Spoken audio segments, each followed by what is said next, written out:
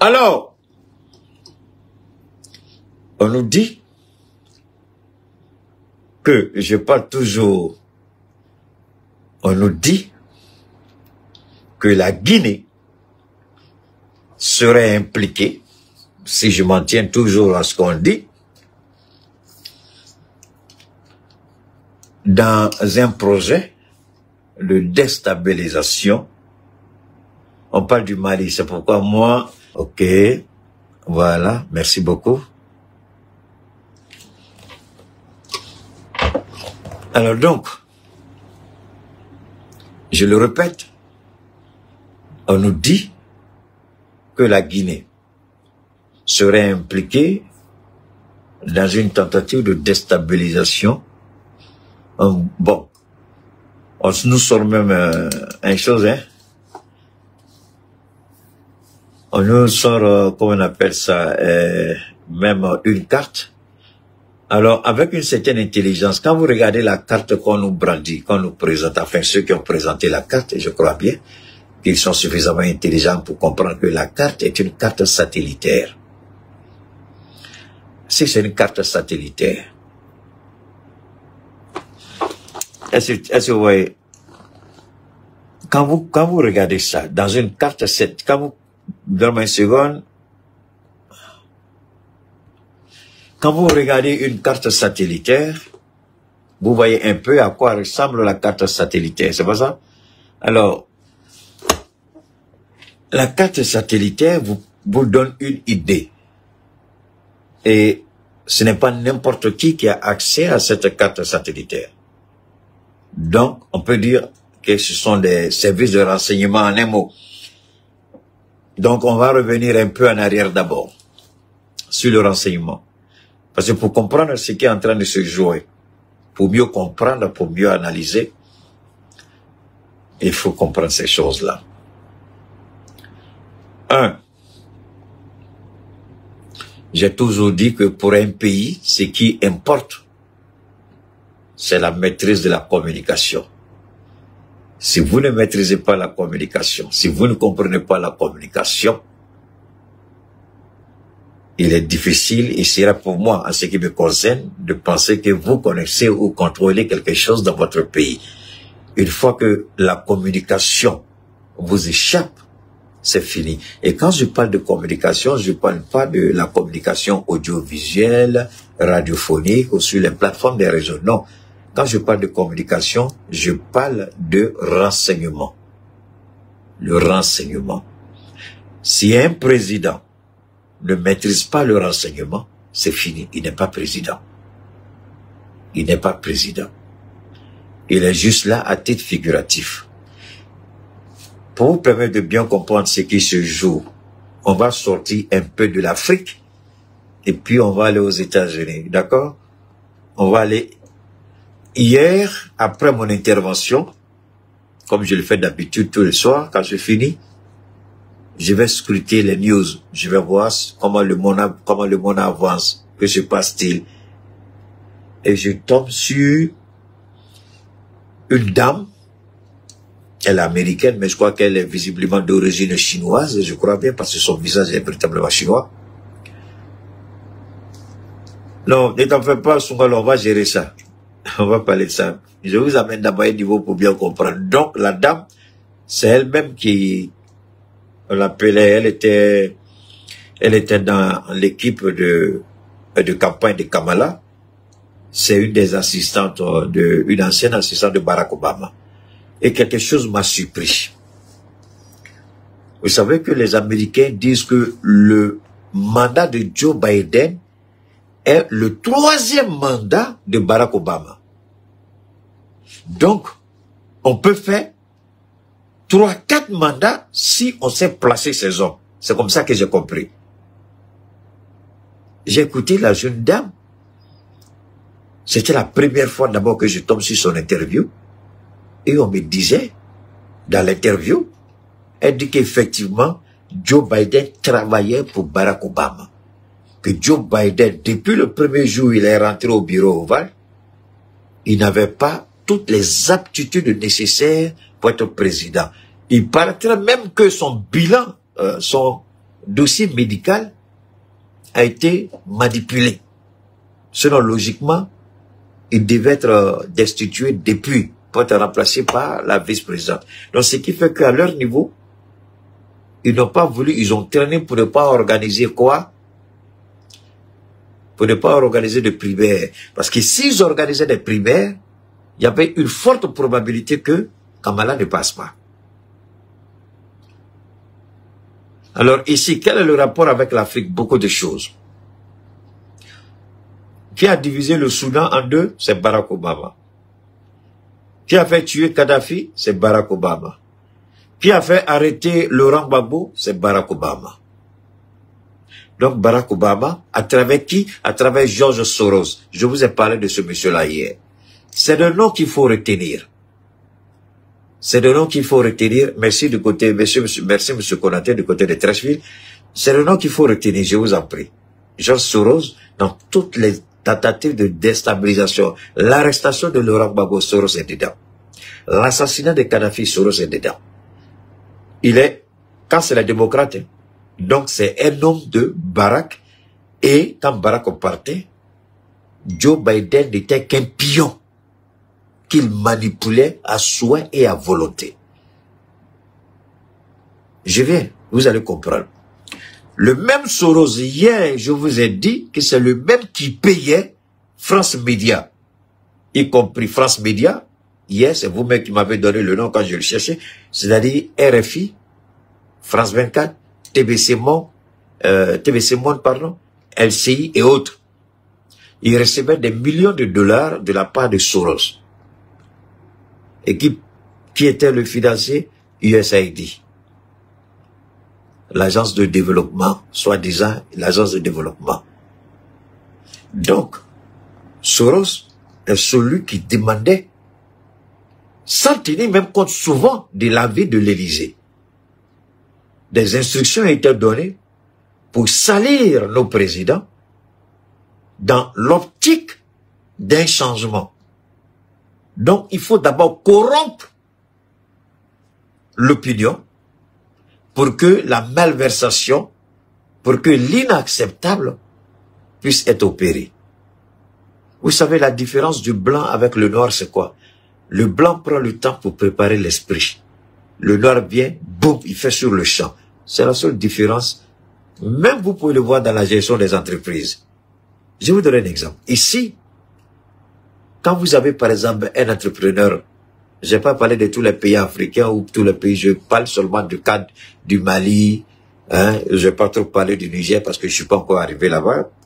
Et ma prière, c'est que Dieu me permette d'aller Mali, Niger, Burkina. Mais au Mali, par exemple, c'est quoi? Un opérateur économique, un industriel, il vient tout de suite, il jette son produit sur le marché. Et puis, il veut tout de suite que ça marche. Mais le petit blanc, il va jamais te faire ça. Il va prendre le temps d'abord de faire une communication. Merci beaucoup pour Hillary Clinton. Merci à toi, Nagui. Une communication. Donc, l'esprit est préparé pour le produit. L'esprit est pressé pour le produit. L'esprit veut voir. Donc, il y a une communication 3-6 mois en avance, avant même que le produit ne soit accessible. Prenez le cas avec les téléphones iPhone. Pourquoi ça se vend aussi facilement? Pourquoi Samsung? Pourquoi toutes ces choses-là se vendent? Vous allez voir que les voitures sont sorties, mais la production, la grande production n'a même pas encore commencé. Toujours, on montre un prototype. Mais l'Africain ne fait pas ça. L'Africain n'a pas encore compris et c'est ça qui me tue. Et c'est ce qui fait que chaque fois, je viens vers eux, je dis, travaillez votre communication. Travaillez, mais bon, les gens pensent que tu veux montrer que tu connais ou tu vas pas leur apprendre leur travail. Mais mon ami, vendre là, c'est pas quelque chose que tu as appris. Parce que la plupart de tous ceux qui sont les grands commerçants au Mali, là, ils sont jamais allés s'asseoir sur un banc de classe pour avoir un PhD en vente, non. Vous avez appris sur le tas, vous avez atteint un certain niveau, maintenant il faut professionnaliser. En faisant quoi? En utilisant tous les moyens à votre disposition pour booster votre business. Commencez à parler de quelque chose avant que cela n'arrive. Moi, je le fais très souvent, je parle, avant même que je montre la chose. Donc, ce qui fait que dès que je présente tout de suite, les gens sont intéressés. Et ça, on ne l'a pas. Donc, les gens comme les Soros ont compris, comme les Barack ont compris, comme l'impérialisme en un mot, ils ont compris ça. C'est-à-dire, ils prennent le temps de vous détruire votre image, détruire votre crédibilité, vous présenter sur l'expression un dictateur. Il a géré le pays des mains de fer. Le dictateur, le dictateur, le dictateur. C'est qui? C'est chez eux, c'est eux. C'est eux qui nous vendent ça. Et donc, quand les interventions se font, tout ceci c'est justifié. Parce que, auprès de la communauté impérialiste, les autres sont, tout de suite, ils savent que, ah, la communication qui a été faite, ah, vraiment c'est ça. Donc, tout le monde applaudit. Et nous, on n'a pas encore compris. Et puis, on est encore dans l'amateurisme, on les regarde, on ne cherche pas à améliorer les façons de faire. Donc, aujourd'hui, la Guinée.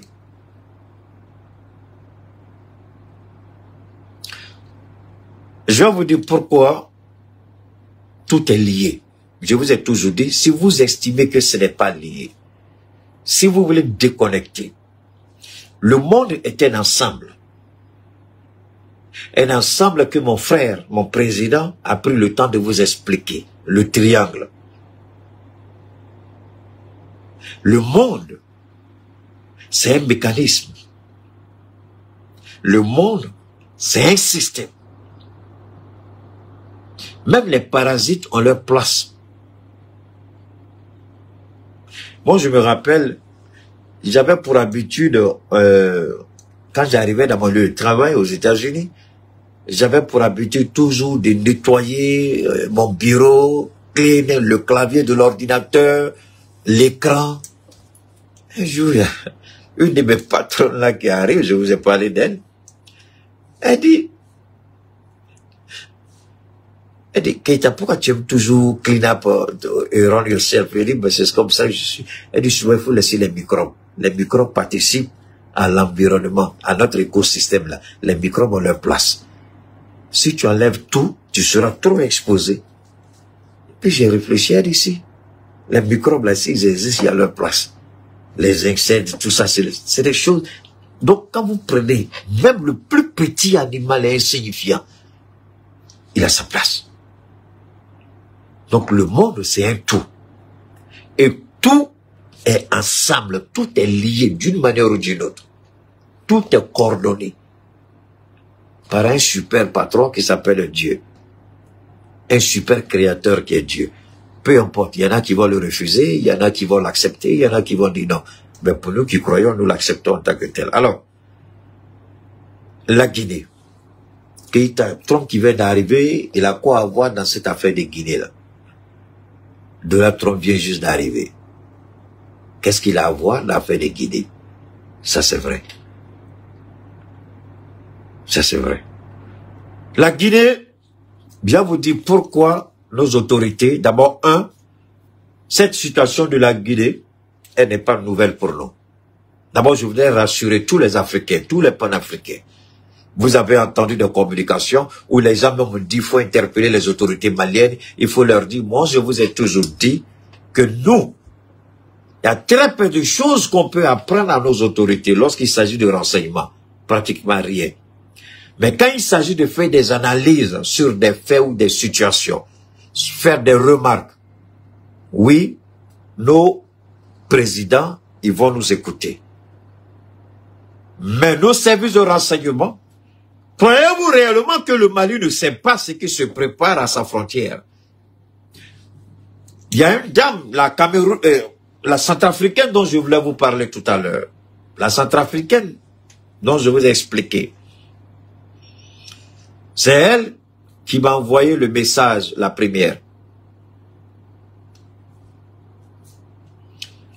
Douglas, on est ensemble, il faut laisser ça Wilson. On est ensemble. J'ai rien contre toi, je te jure. Mais seulement je souhaite que tu lèves un peu le niveau du débat. Tu vois, faut pas souvent te plaindre sur des choses qui... Donne-moi une seconde, hein. Voilà, donne-moi une seconde. Je veux juste... Donc, je répète, ce qui se passe à nos frontières, les 3 pays. Je vais ramener... Wilson, c'est pas personnel. Je vais être honnête. Donne-moi une seconde, je vais parler à mon frère. Wilson, tu sais, le monsieur n'a pas été honnête. Le monsieur, il tombe dans une situation et puis il attaque. Moi, je comprends. Il y en a qui disent que... il y en a qui attaquent l'État malien à cause, par exemple, de la condamnation de Ben le Cerveau. Ben le Cerveau, c'est un ami à moi. Moi, l'État malien ne peut jamais me demander de renier mon amitié à Ben le Cerveau. Jamais de la vie.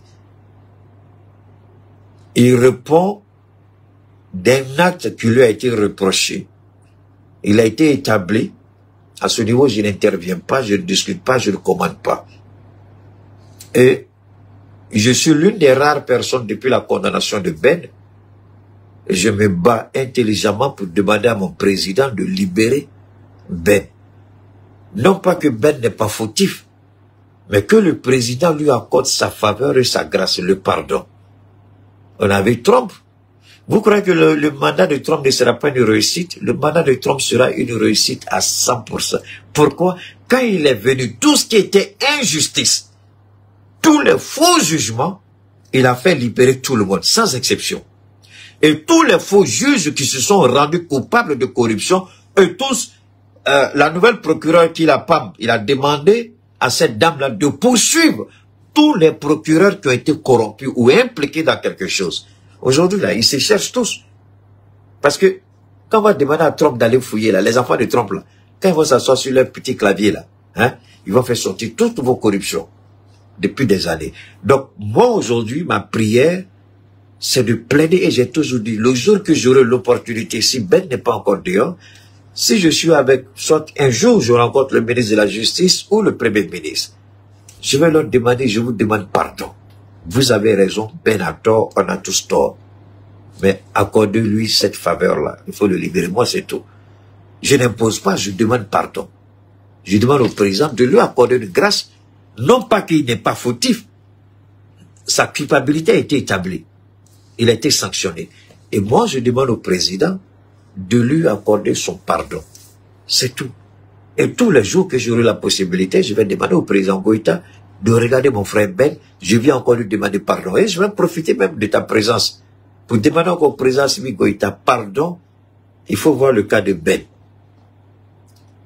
On ne dit pas que Ben n'a pas faute, on ne dit pas qu'il a raison. Ben ne peut jamais avoir raison face à vous. Vous êtes son président. Moi, je ne suis pas du genre à spéculer sur des bêtises.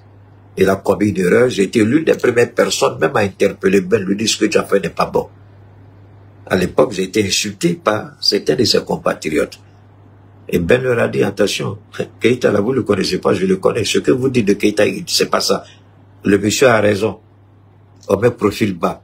Et après mon intervention, ils avaient mis profil bas. Tout le monde a vu qu'il avait mis profil bas. Je crois que même après ça, même, il y a eu des interdictions de faire des manifestations, tout ça. Moi, je dis, tout ça, c'est normal. Mais aujourd'hui, il est condamné. Et moi, je demande au président de le regarder. C'est à lui de décider.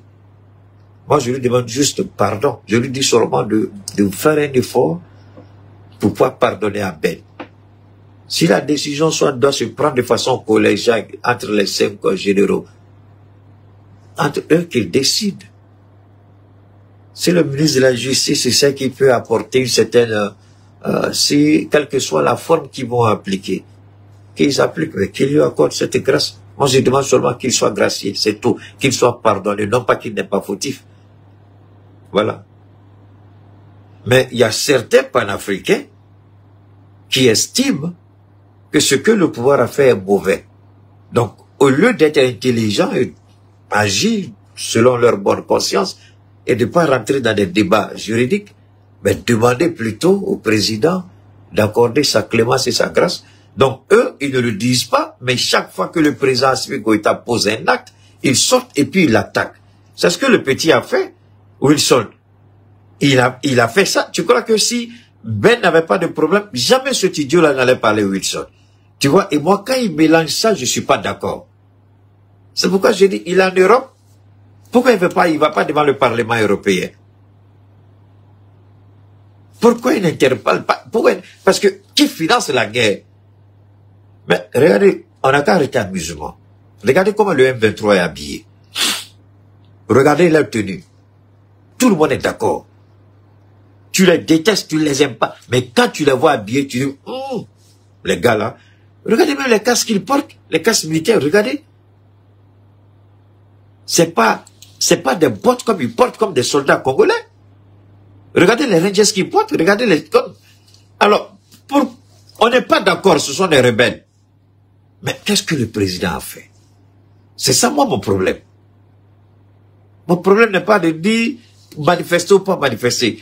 Moi, mon problème là, c'est plus important que les manifestations. Tu sais, Wilson, les gens peuvent manifester matin, midi, soir. Believe me, my friend, that is gonna change. Rien ne va changer. Pourquoi? Parce que le président n'est pas à la hauteur. Et quand il dit riposte vigoureuse et coordonnée, Wilson, je l'ai démontré la dernière fois, peut-être que tu n'étais pas là.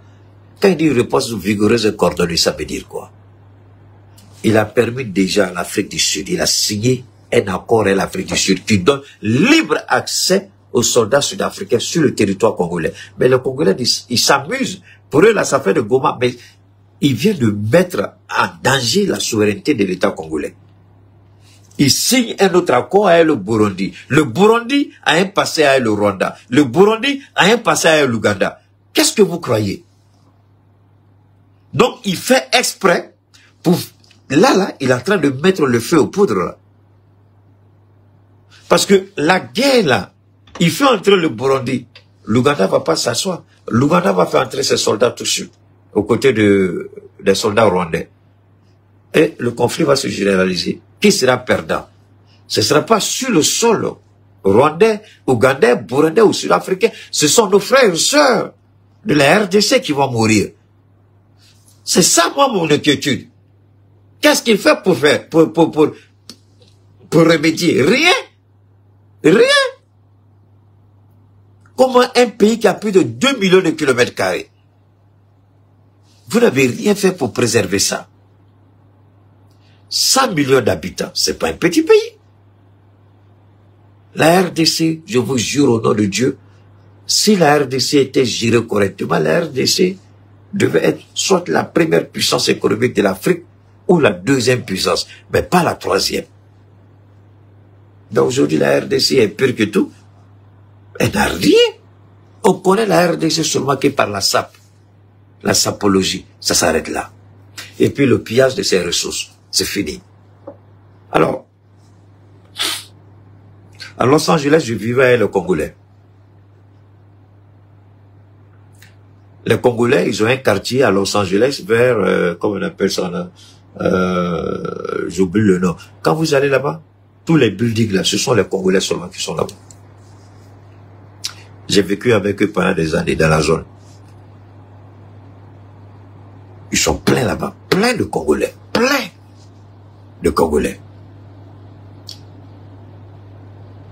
Mais, est-ce que les... Peut-être qu'on va développer, je ne sais pas. Alors donc, une chose est sûre, comme je le disais tout à l'heure, quand vous regardez, qu'est-ce que cela peut avoir impact, quel impact, pardon, cela peut avoir par rapport à notre rapport avec la Guinée. Là où moi, quand j'ai vu l'information, d'abord, ce n'est pas que nos autorités ne sont pas au courant. D'abord, un bis. Un bis. Avant la sortie définitive et officielle, il y avait la sortie annoncée. La sortie annoncée et la sortie officielle, c'est pas la même chose. Vous avez tous entendu, tout récemment, c'est le 29 janvier, mais je vous avais toujours dit, on est sorti de la CEDEAO, mais on n'est pas sorti de la CEDEAO. Et les gens posaient la question, qu'est-ce que cela veut dire? Je dis, on est sorti, on n'a pas encore officialisé. Donc c'est lorsque nous allons officialiser que nous serons effectivement et définitivement sortis de la CEDEAO. Mais pour le moment, c'est pas le cas. On a pris notre décision, on a annoncé notre retrait, ce qui veut dire que déjà, nous, à notre niveau, on s'était déjà séparés de la CEDEAO, mais il fallait seulement finaliser, selon les documents de la CEDEAO. Ça, c'est un. Deuxièmement, dès le jour où nous avons annoncé, ça c'est une information que je voudrais porter à votre connaissance, peut-être que certains le savent, peut-être que certains ne le savent pas, Dès l'instant où nous avons annoncé que nous allons quitter la CEDEAO, déjà nous avons commencé à nous organiser.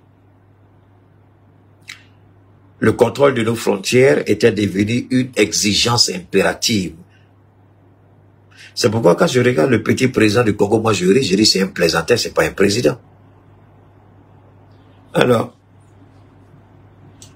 le plus grand camp militaire du Mali est situé où? À la porte de la Côte d'Ivoire. Sadio Kamara, il est allé il n'y a pas longtemps, il a inauguré le camp militaire. Il n'y a pas longtemps. L'un des plus grands camps militaires, je ne sais même pas si en Afrique de l'Ouest, s'il y a un camp militaire plus grand que ça, je ne sais pas, hein, peut-être. Mais pour le moment, au regard de la superficie, le Mali n'a pas encore fini. Pour occuper complètement ce camp-là, peut-être il faut 15-20 ans. Mais déjà, on a posé les premières bases. Et le camp peut recevoir des hélicoptères, des avions de combat, des drones de surveillance, ce qui est fondamental. Donc déjà, à la frontière ivoirienne, on a installé une base qui nous permet d'avoir un regard direct et une riposte vigoureuse à l'entrée du Mali avec la Côte d'Ivoire.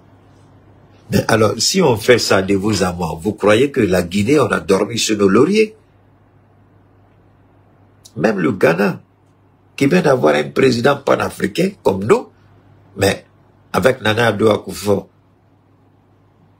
c'est pas, vous savez, les militaires au pouvoir, souvent, on peut leur reprocher beaucoup de choses, mais c'est les gens qui font pas trop de tambour, quoi. Surtout quand il s'agit de ces genres de situations à nos frontières. La frontière algérienne, c'est la même chose. À un moment donné, il y avait deux frontières qui étaient compliquées. Je peux dire 2 à 3 frontières, mais vraiment 2 qui étaient vraiment sous le feu. L'Algérie et la Côte d'Ivoire. Et vous avez vu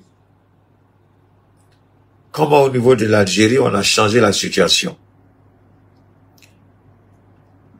Il y a des choses que vous pouvez dire sur les réseaux. Je vais te prendre tout à l'heure, je suis en plein direct, d'accord? Mets de la guitare, c'est ça.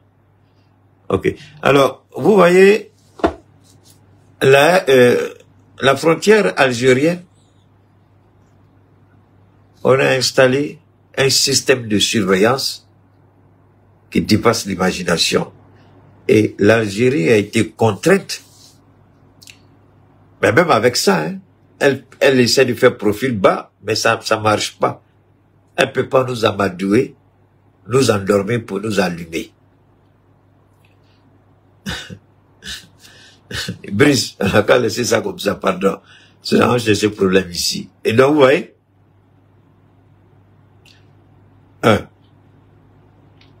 la Côte d'Ivoire, avec l'intention maléfique et sataniste de Ouattara, il fallait tout de suite construire un camp à la dimension de la menace que représente Ouattara. Puisque, même si Tidja, même si pas extraordinaire, parce que nous, on ne croit pas que Ouattara ne va pas manipuler les élections. Nous, au Mali, on ne croit pas à la sincérité des élections qui vont se produire en octobre 2025. On ne croit pas. On ne croit pas. Et nous savons tous que le monsieur se prépare pour se maintenir au pouvoir. Quelqu'un m'a envoyé un message la dernière fois que Ouattara dit va se prononcer le 6 août. S'il sera oui ou non candidat. Ça ne nous regarde pas. Mais nous, ce qui nous intéresse, c'est la sécurité, la stabilité à notre frontière et à l'intérieur du Mali. Donc déjà à ce niveau, ceux qui pensent peut-être qu'on n'est pas trop au courant de ce qui se passe en Guinée, je donne ces 2 exemples seulement pour vous dire qu'on est au courant de tout ce qu'ils sont en train de faire. Mais pourquoi Doumbia a accepté ça?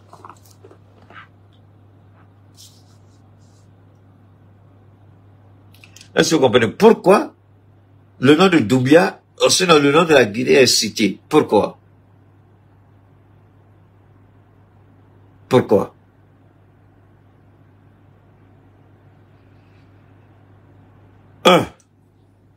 Vous croyez réellement que il y avait, je ne sais pas comment les Guinéens appellent ça, il y a, peut-être c'est une agence, mais le dépôt de carburant de la Guinée, vous savez tous, a explosé. Je crois l'année dernière ou en 2023, je ne sais pas trop. Et Doumbia est allé négocier avec Ouattara pour avoir du carburant pour la Guinée. Depuis cette époque,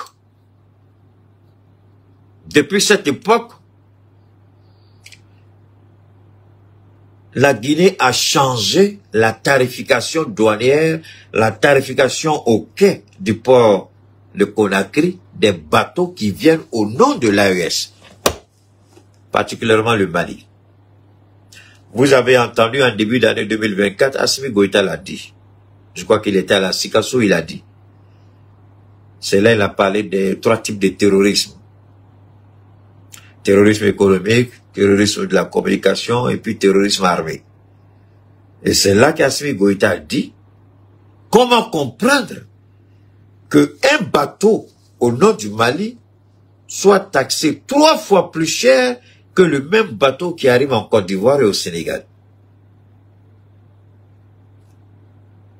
Et c'est là, vous avez vu que nos autorités ont commencé à prendre leur distance avec la Guinée.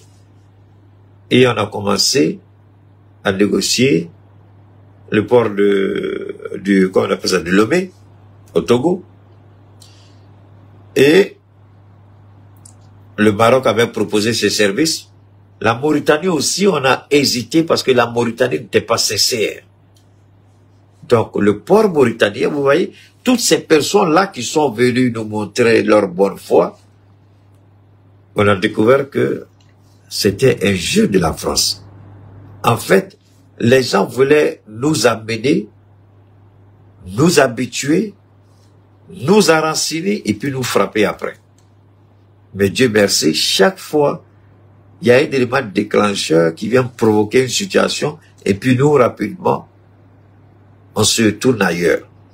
Aujourd'hui, la Guinée, il n'y a pas grand-chose que nous faisons avec la Guinée aujourd'hui. Pas grand-chose.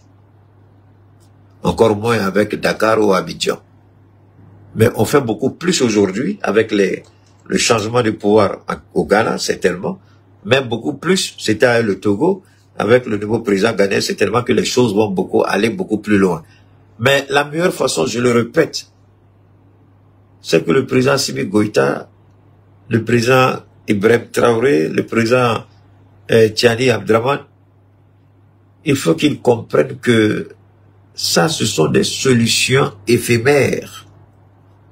Il faut qu'on commence à penser à avoir notre propre canal. Beaucoup de pays ont construit leur propre canal. Pourquoi nous, ici, on ne peut pas avoir notre canal? Pourquoi? Les 3 pays ensemble au sein de l'Alliance, vous n'avez qu'à demander aux Chinois, ce sont les plus grands réalisateurs d'infrastructures dans le monde.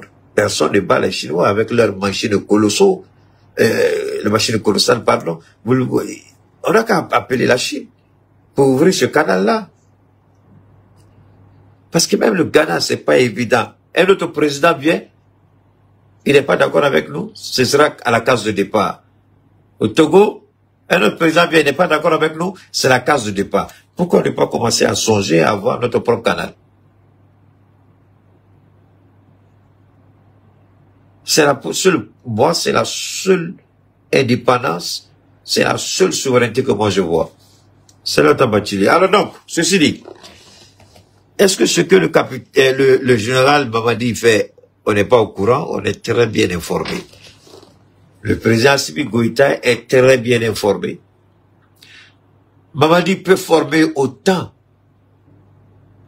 de rebelles, parce qu'aujourd'hui, qu'est-ce qui se passe? Quand vous faites tomber un régime, ceux qui étaient avec le régime, ceux qui étaient dans le régime, beaucoup vont fuir. Je répète, beaucoup vont fuir. beaucoup vont s'exiler autour. Donc, comme le capitaine Ibrahim le dit toujours, les traites, c'est en Côte d'Ivoire qu'ils sont établis.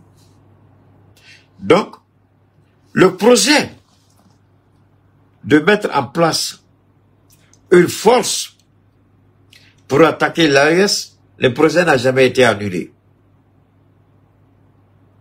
Je vais m'expliquer.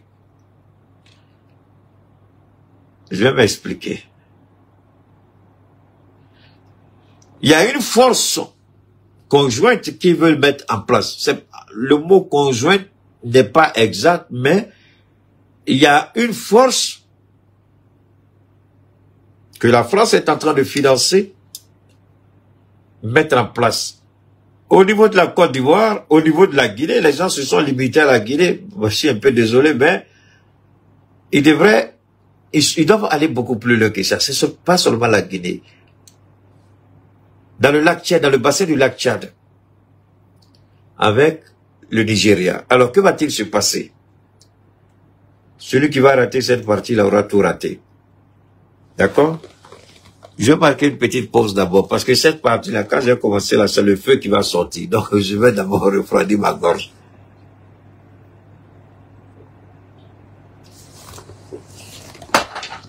Alors, une fois de plus, merci à vous qui êtes connectés. N'oubliez pas de vous abonner sur ma page YouTube, Keita Cheikh Oumar. On a besoin de monter rapidement le nombre d'abonnés. Sur ma page Cheikh Oumar Keita Facebook et Keita Cheikh Oumar le compte. Et puis, pour le moment, j'ai suspendu toute participation sur TikTok d'abord.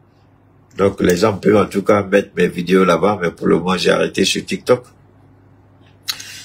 Parce que je croyais que TikTok était une plateforme sérieuse, mais c'est n'importe quoi là-bas. Alors donc, ceci dit, après on va revenir encore aussi pour orienter tous ceux qui ont besoin de nos services. J'ai écouté une dame qui m'a fait une liste de maladies. La liste est longue comme le bras. J'ai dit, waouh. Souvent, ce que les gens ignorent, c'est que une seule maladie peut être à l'origine d'autres maladies. Les gens oublient que en soignant cette maladie-là, automatiquement les autres aussi seront. Mais si tu veux facturer chaque maladie, bon, les escrocs peuvent faire ça, mais moi je fais pas ça. Bon, quand vous venez à moi, et puis je vois que vous citez au moins 20 maladies, je cherche toujours à savoir quelle a été la première ou les premières. Donc en fonction de ça, tout de suite je sais. Et puis je vous propose mes services. Donc restez jusqu'à la fin si vous voulez aider quelqu'un qui est dans le besoin, ou vous voulez aider un parent, un ami, une épouse, un époux, un collègue, un voisin qui a des sérieux problèmes de santé, qui est vraiment confronté à des difficultés. Vous êtes allé un peu partout, ça n'a pas marché. Soyez patient. Après le direct, ou du moins pendant le direct, je vais vous donner tout à l'heure le numéro. Donc, vous pouvez d'abord vous écrire, c'est le 223 72 77 47 88. 223 72 77 47 88. On va revenir en long et en large à la fin de notre intervention pour vous donner encore beaucoup plus de détails. Mais n'oubliez surtout pas de vous abonner sur toutes mes plateformes. Alors, ceci dit, je reviens. Nous savons exactement ce que le capitaine est en train de faire. Nous sommes au courant. C'est le capitaine Safrolet, Mamadi Doumbia. Dès le jour où nous avons décidé de quitter la CEDEAO, nous savions que nous allons être confrontés à des difficultés. Ce jour-là, George Soros avait encore la main libre sur l'argent du contribuable américain pour financer les médias français et occidentaux, pour salir l'image des pays, parce que la plupart de beaucoup d'entreprises, Soros est impliqué dans tellement d'entreprises, et lui, il veille sur ses intérêts, et il utilise l'USAID pour combattre tous les pays qui cherchent à remettre en cause, mais quand vous regardez la photo de George Soros, quand vous le voyez aujourd'hui, le monsieur ne ressemble même pas à un être humain. Après, allez-y écrire le nom George Soros. D'après Google, vous allez écrire sur Google, et puis vous allez voir son nom va sortir. Et puis vous regardez sa photo. C'est lui là qui tient le monde. Mais Dieu merci, on a un président Trump qui a mis un terme à ces bêtises. Nous savons que Doumbia est de connivence, Doumbia est de mèche, et avec Ouattara et avec Macron. Nous savons qu'ils sont en train de mettre en place une force avec les 3 nationalités. Mali, Burkina, Niger. Et cette formation dont il est question à la frontière guinéenne n'est que la face visible du iceberg. Le plus grand contingent est cantonné dans le bassin du lac Tchad. Eux, ils travaillent directement avec Boko Haram. Rappelez-vous de ce que le gouvernement de l'État du Niger a dévoilé comme plan. Donc, je suis étonné que quand souvent les gens ont ces informations-là, en tout cas, en ce qui les concerne, pas moi, ils s'affolent un peu partout, ils crient urgent, urgent, urgent, révélation. Quelle est révélation? Quelle urgence? Mais, réfléchissons. C'est des informations que je vous ai déjà données.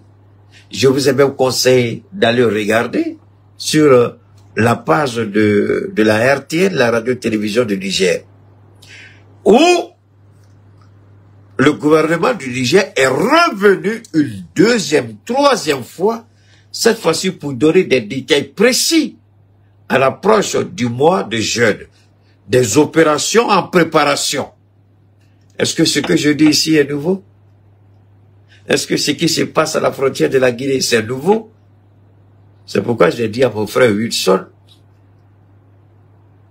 ici, on élève le niveau de la compréhension et du débat.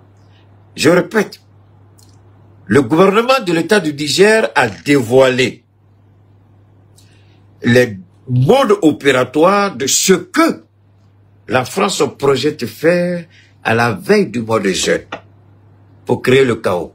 Ce n'est pas tout. Comme le Niger a parlé,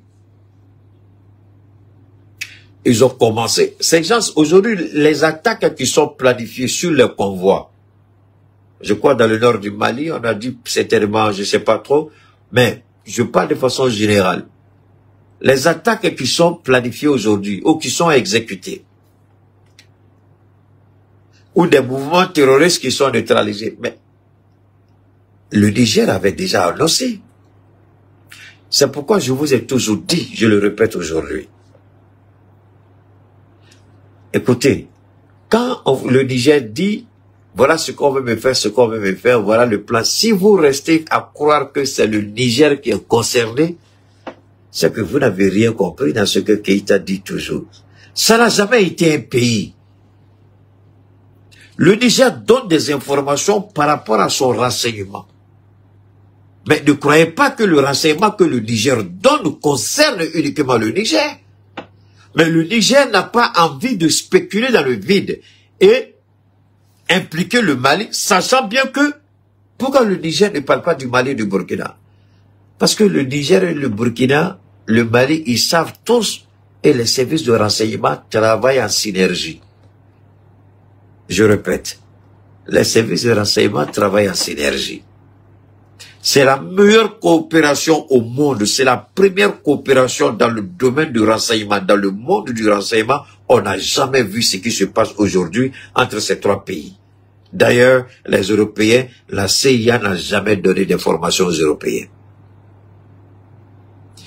Le MI6 n'a jamais des informations, partagé des informations sensibles avec la DGSE.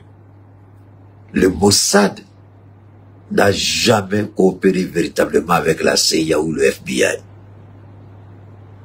Il y a des petites informations seulement qu'on vous donne, mais pas des informations sensibles, parce que eux se disent, en vous donnant ces informations, si votre renseignement est corrompu, infiltré, vous mettez le pays, c'est-à-dire vous mettez la sécurité intérieure du pays en danger en partageant certaines informations avec d'autres services de renseignement. Parce que les services de renseignement ne se font pas confiance. Dans le domaine du renseignement, je suis très bien placé pour vous dire ça. Et je suis convaincu que ceux qui sont dans ce domaine-là vont s'asseoir me regarder. Est-ce que celui-là, il était assis à nous dans la même classe quand on prenait le cours là? Est-ce qu'il n'était pas là quelque part? Le renseignement, c'est ça, il se faut jamais confiance. Le renseignement, mais c'est la première fois dans l'histoire du renseignement que les pays se font entièrement confiance. C'est dans l'AES. Vous ne verrez pas. La coopération que nous avons dans le domaine du renseignement, au sein de l'AES, vous ne l'avez pas en Europe, vous ne l'avez pas au sein de l'OTAN. Vous ne l'avez pas. Même l'OTAN qui est un commandement intégré, vous ne l'avez pas. Je répète, vous ne l'avez pas.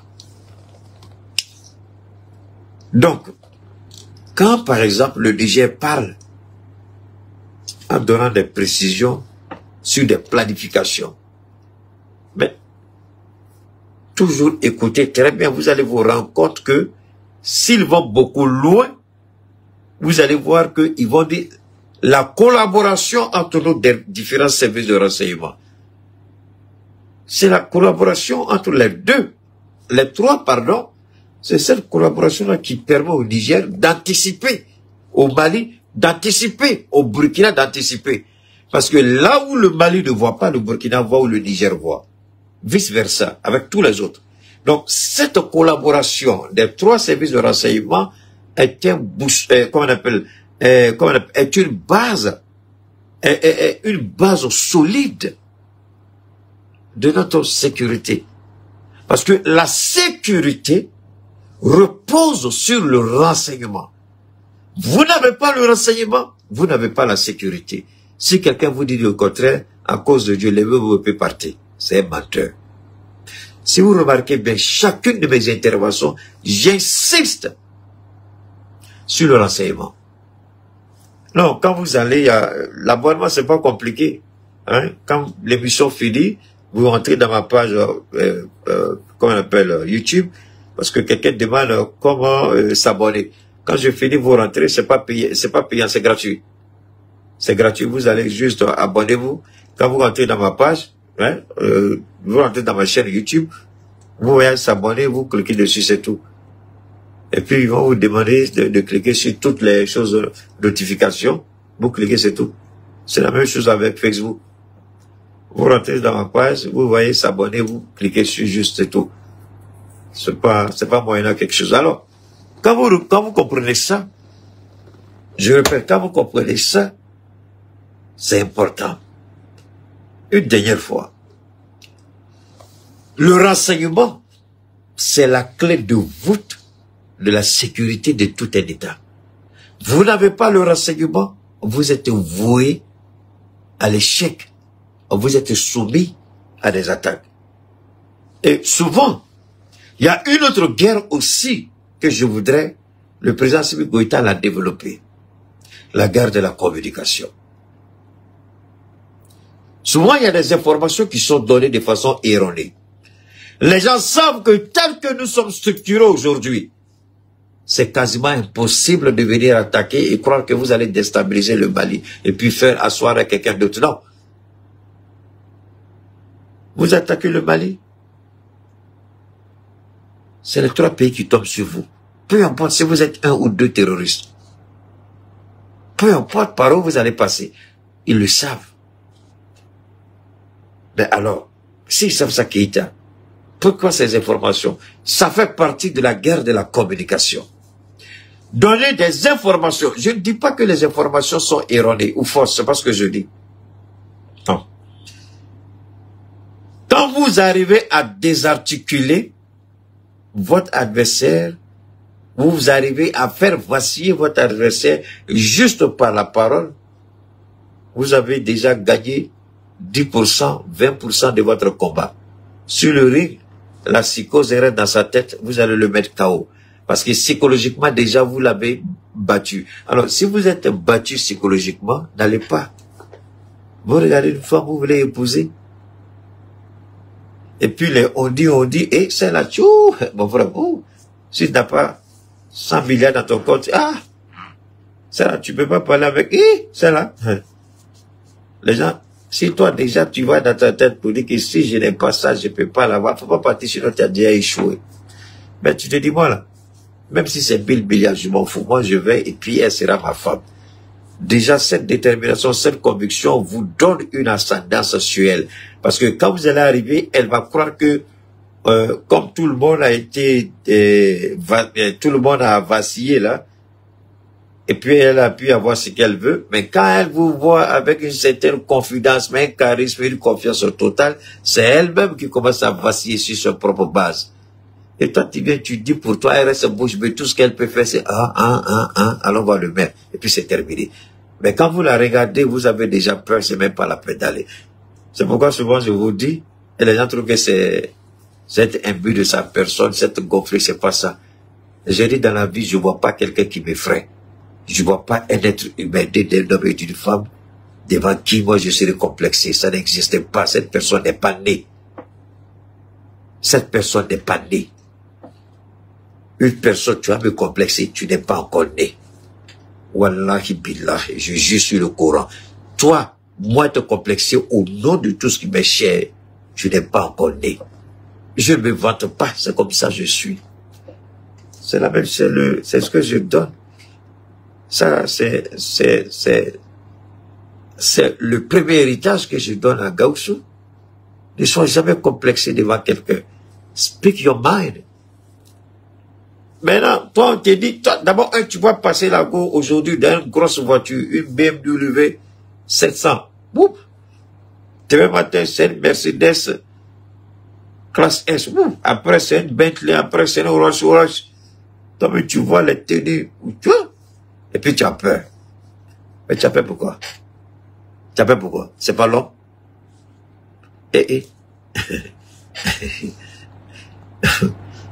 L'homme n'est rien. L'homme sait qu'il n'est rien que quand il est seul. Dieu est là et puis il est dans sa douche là. Il est seul dans sa douche. Quand il se regarde dans la glace, c'est là qu'il se rend compte qu'il n'est rien. Mais c'est quand tu sors devant les gens, tu veux prouver que tu es quelqu'un. Mais quand tu es entre toi et toi-même là, dans ta douche là, tu regardes le miroir, tu te vois, puis tu regardes Dieu là, tu sais que toi tu n'es rien. Ou bien quand tu commences à avoir diarrhée, ou bien tu commences à avoir mal, c'est là que tu vois que ta vie n'est rien. Ou bien tu vas voir quelqu'un qui est couché à l'hôpital, qui était puissant et fort.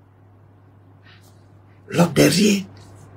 Alors, si tu as peur, c'est pas la peine. Alors, elle passe avec sa grosse voiture, elle est dans une maison, tu peux même pas t'arriver, les lave-gaves là, et puis toi, tu as le courage, tu la vois passer, tu dis pardon, elle descend, tu dis, mais toi, tu es toujours dans la voiture, moi, je t'ai parlé, pourquoi tu es dans la voiture, sors de ta voiture, toi, tu as parlé, dis, mais sors, je t'ai parlé, tu vas lui dire, bon, moi, je suis intéressé, j'ai t'épouser, tu dis quoi?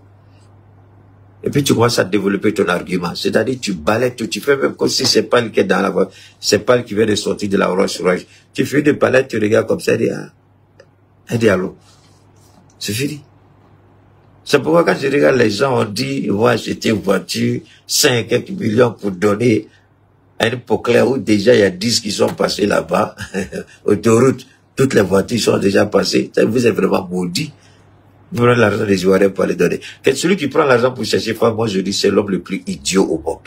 Je répète, l'homme qui prend l'argent pour chercher femme, il prend l'argent pour influencer femme, c'est l'homme le plus idiot du monde. C'est-à-dire couche-toi et puis meurs, ça vaut mieux que tu sois en vie. L'argent. Et il y a des femmes qui disent, ah si tu n'as pas le temps, tu es qui? Faut te réveiller le matin, faut pas brosser ta bouche.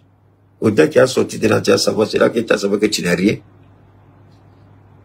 Habit que tu portes là, ça effraie ceux qui pensent que c'est quelque chose. Or, tu mets sur toi là, c'est 0. Diamant là, c'est 0. Il faut avaler en haut. Si or est beaucoup là, avale or et puis toi tu as devenu or, on te voit. Ou bien avale diamant et puis toi tu as devenu diamant. Tu as avalé or là, tu sais, tu as ouvert ton ventre pour enlever dedans. Ou bien, les femmes, nous devons les respecter, les aimer, les protéger. Mais elles ne doivent pas nous influencer, peu importe qui elles sont, peu importe ce qu'on croit qu'elles ont. Ne regardez pas ceux qui sont autour à côté. On croit que elles ont ça, c'est eux. Ne soyez jamais complexés en face d'une femme, jamais. Sinon votre existence ne sert à rien. Je ne dis pas que les femmes ne valent rien, c'est pas ce que je dis, je dis pas moi. Je vais même acheter un avion pour donner à femme. Mais c'est pas ça que je prends pour te proposer. C'est pas ça que je prends pour te chercher, jamais. C'est quand tu rentres chez moi comme épouse, là. Et puis je fais tout ça. Mais toi tu es dehors, je sais pas qui vient après moi, c'est moi, il n'est pas moyen pour te donner pour acheter, je suis body. Ou bien il y a quelqu'un qui vient qui est mieux placé que moi et puis je commence à sortir l'argent. D'accord? L'argent tu as pris pour la chercher, là. Quelqu'un doit venir donner plus que toi, il va la récupérer. C'est parce qu'il est arrivé à Fadiga. Il a pris l'argent. La petite Kadi a dit, oh, quelqu'un est venu proposer mieux. Pap, il est parti avec. Adjoumani est venu proposer. Pap, elle est partie à Adjoumani. L'aspect est venu. Pap, elle est partie à l'aspect. Fadiga même s'assoit puis regarde sa femme, elle dit, subhanallah. Toi, tu es aussi facile que ça. Toi, tu es femme. Elle dit, hey, c'est comme ça, bien je suis. Maintenant, il regrette. Pourquoi elle a divorcé sa première femme? C'est pas toutes les femmes au mari. Il y a des femmes de joie, il y a des femmes de vie. Voilà. Sinon, ne vous laissez pas empopuler, parce que les Ivoiriens, il faut savoir que les Ivoiriens, même souvent, même ils sont bêtes. Et Allah. On a qu'à arrêter ça, continuer un autre truc. Parce que souvent, vous tombez sur des commentaires, sur des propos, par rapport à cette vieille carcasse Emma, ou bien tu les regardes jusqu'à... Il y a une là, je l'ai tellement tapé dessus, je ne sais pas qui allait lui donner ma vidéo. Depuis ce jour, elle a changé. Elle avait l'habitude de toujours sortir avec une coupe de champagne. J'ai dit, voilà une petite fille qu'on a vue à Marcory, elle était flequée. Elle est partie en France. Maintenant, elle parle, c'est toujours celle qui a bouteille de champagne. Tu n'es pas Rihanna, oh pardon, faut aller déposer là-bas. Merci, un homme reste un homme. Votre Emmanuel Keïta. C'est elle qui avait été payée par le lobbying des homosexuels pour faire la promotion de l'homosexualité en Côte d'Ivoire. Parce que elle-même, la communauté qu'il a su en France, ils sont tous des homosexuels. Quand elle organise telle ou telle chose en France, tous ceux qui allaient la regarder, c'était des homosexuels. Et c'est par rapport à ça même que Fabrice Sabrignan l'a embauché. Puisque la communauté LGBT travaille avec Madame Ouattara, travaille avec Fabrice Sabrignan. Et elle est leur avocate. Elle vient pour faire leur promotion. Donc, vous voyez un peu comment la Côte d'Ivoire est devenue. Ok, donc, Doumbia Mamadi, le message que je peux dire à Doumbia Mamadi. Le jour où tu vas tenter,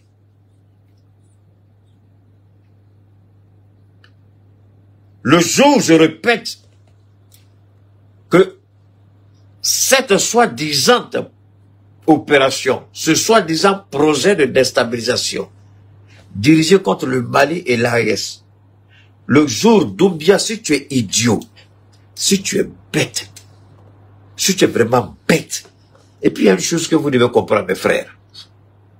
Pourquoi c'est ceux qui marient les femmes blanches là qui trahissent toujours? C'est pourquoi Tidiane Thiam là, je lui fais pas confiance. Ceux qui marient les femmes blanches là. Voilà Ali Bongo. Voilà Ouattara. Voilà Doumbia. Alors, la question. Est-ce que Doumbia peut faire autre chose que ce que la France a demandé? Parce que Doumbia n'a jamais été panafricain. Il est tellement bête quand il porte ses boubous là, il met on va couler 4 d'Afrique là-dessus et puis il croit qu'il fait une communication, il croit qu'il va nous berner avec sa petite. Si tu es idiot, il faut tes boubous les faut enlever. Souvent, je ne sais pas quel couturier, il a l'air tellement bête, il faut des trucs bizarres sur son boubou. Puis il dit, mais tu n'as pas besoin de ça. Ce n'est pas l'apparence, c'est le caractère. C'est l'homme, c'est le comportement. C'est ça qui fait de toi un panafricain. Fais tous tes habits et puis mets les cartes dessus. Alors, est-ce qu'un panafricain va accepter que sur son territoire, on installe des bases de déstabilisation contre un autre pays africain? Alors, ce qui est intéressant, Doumbia, si tu veux, il faut faire de la Guinée une base arrière. Mais wallahi billahi, Sékou Touré va te maudire. Et ne crois pas, ce ne sera pas tout. Les Guinéens, ils vont avoir un courage que personne ne pourra expliquer. Peut-être que tu vas tuer toute la Guinée, je ne sais pas. Mais en tout cas, tu vas tomber. Parce que quand les Guinéens vont sortir, et ça aussi, je vous demande de marquer. Écrivez la date d'aujourd'hui. Le jour que les Guinéens vont sortir contre Doumbia Mamadou, c'est fini. Son pouvoir va tomber. Mais le jour, parce que il joue un jeu dangereux. Il joue un jeu dangereux. Et nous, on le voit. Là, il croit qu'il est caché, là. C'est là-bas que nous, on dort à l'AES. Donc, Doumbia, on est au courant de ce que tu fais. On observe. On te regarde. Mais ne crois pas que la frontière entre le Mali et la Guinée est une frontière poreuse qui n'est pas protégée. La frontière est protégée. Je l'ai dit. Depuis le jour où on a décidé de quitter la CEDEAO, on a commencé à prendre des dispositions pour protéger nos frontières. Ce n'est pas seulement avec la Guinée, je le répète. Quand le Tchad dénonce, les soldats français sont allés où? Les soldats français ont été débarqués en Côte d'Ivoire. Je vous fais écouter ça, vous allez voir tout de suite. Les soldats français ont été débarqués en Côte d'Ivoire, ceux qui ont quitté le Tchad. Alors, quand Ouattara vient dire aux gens, la base suffit, moi, franchement, excusez-moi, Ivoirien, moi, je vous aime bien, mais votre président, la question que je me pose, la dignité humaine est importante. La dignité, je répète, la dignité humaine est importante.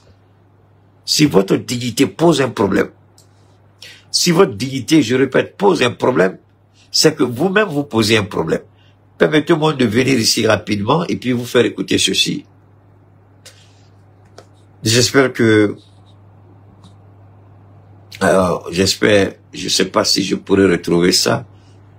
Parce que là aussi... Ah! Vous avez vu que... Il y a, comment on appelle ça? Il y a... Comment vous l'expliquez? Il y a... Le Sénégal. Le Sénégal qui a envoyé quelqu'un, je ne sais pas si c'est le chef d'état-major des forces armées sénégalais. On va revenir ici rapidement. Je vais vous faire écouter ceci d'abord. Ça. On va écouter ça, s'il vous plaît.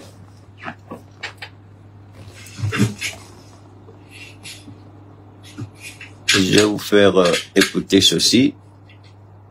Well, the U.S. Agency for International Development, USAID, which is a front, of course, for the CIA, has been effectively shut down now following an announcement by Elon Musk that President Donald Trump agreed to close the agency. And just this morning, you can see all of the kerfluffle outside there. I love they're saying USAID saves lives, which is hilarious to me when you think about the regime change operations around the world and how many people have died. How about the million? Oh no, they're just deciding whose lives they carry. How about the million Ukrainians who've died at their hands as a result of the regime change there? So yeah, these protests are additionally more than 600 employees reported being locked out of the agency's computer systems today. The doors basically shuttered. You can see. Je m'arrête juste là, hein. Vous entendez ce qu'ils ont fait, les changements de régime, ce qu'ils ont fait, mais quand vous allez plus en profondeur, c'est George Soros qui avait la main dans USAID. Donc, Donald Trump est venu, il a pris un ordre exécutif et puis il dit c'est terminé, il n'y a plus rien à dire ici. Et tu vois, et là, ça a été, mais on va revenir rapidement, il y a une partie que je dois vous faire écouter, une seconde. Il y a cette partie-là que je cherche pour vous faire écouter. Attendez, voilà. Ça va revenir rapidement. Parce que si vous ne... Oh là là, ouais, cette partie-là.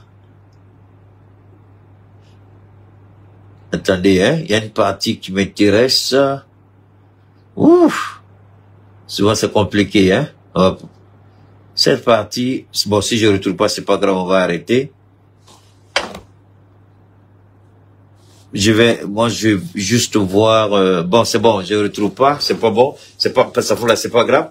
Alors, c'était juste les soldats qui ont été chassés du Tchad ont été reçus ou déportés notamment en Côte d'Ivoire, ont débarqué notamment en Côte d'Ivoire. Pour un président qui dit que le 43e Buma a été bon. Et puis il a trouvé une formule un peu rigolo. Mais nous savons tous, après ça, il y a des officiels ivoiriens qui m'ont envoyé des messages pour dire, Keïta, ne vous laissez pas berner par le mensonge de Ouattara.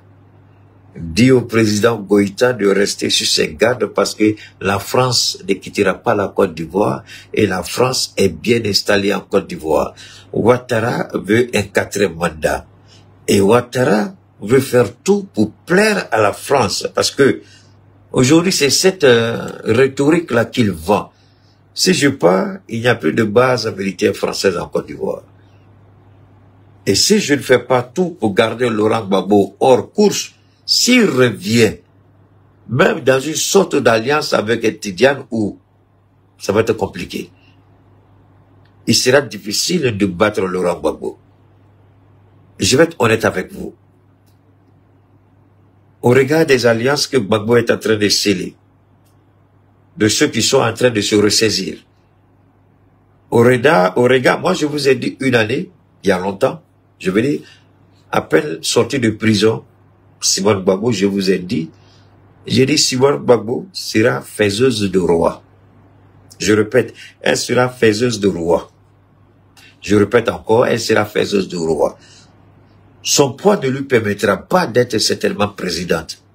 Mais son poids va peser dans la balance vers qui elle va porter son choix. Je l'ai dit juste quand elle est sortie de prison, avant même que son parti ne soit créé. Et le parti qui est là, c'était pas d'abord un parti au départ. Je crois que c'est une dame ivoirienne qui est au Canada, si je ne me trompe pas. C'est elle qui a créé ça, c'est un mouvement. Le mouvement, c'était pour soutenir Simone Gbagbo. Et après le mouvement, au fil du temps, avant même que le mouvement devienne un parti politique, j'avais annoncé que Simone Gbagbo va transformer ce mouvement-là pour en faire un parti politique.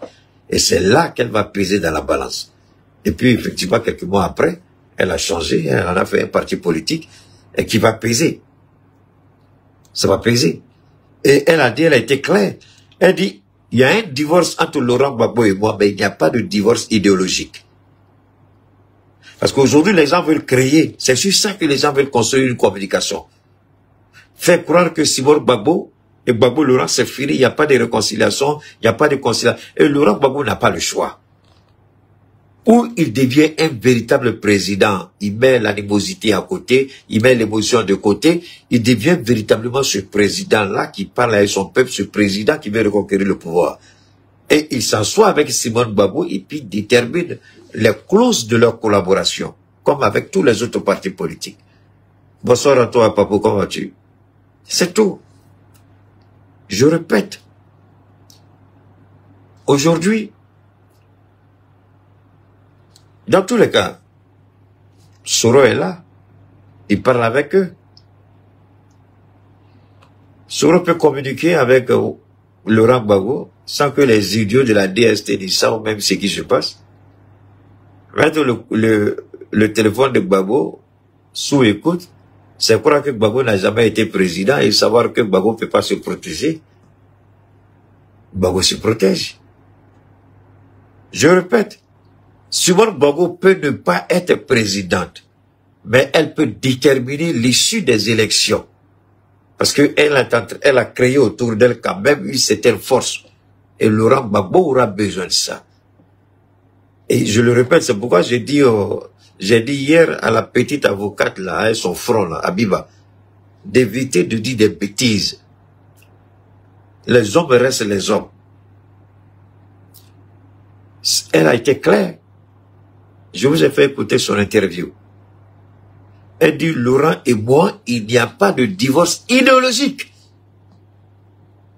Mais les gens veulent utiliser ça pour présenter un genre de divorce entre Simone et Gbagbo. Un divorce où il n'y aura pas de réconciliation possible Mais si quelqu'un doit prôner la réconciliation aux Ivoiriens, c'est Simone et Gbagbo qui doivent montrer l'exemple de la réconciliation.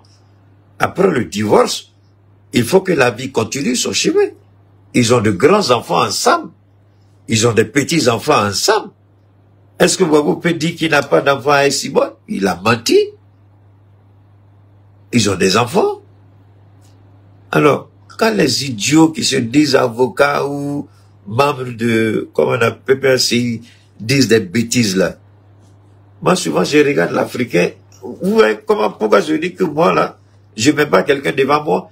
Bon, une femme comme Abiba comme ça là, parce qu'elle est avocate au barreau de Paris ou de Côte d'Ivoire, parce qu'elle a un doctorat en droit, vous allez me dire de la mettre devant moi? Mais alors que quand tu la regardes, elle dit des bêtises souvent. Elle est bien dans son travail. Je ne dis pas qu'elle n'est pas bien. Mais il y a des endroits où quand même elle dit des bêtises souvent.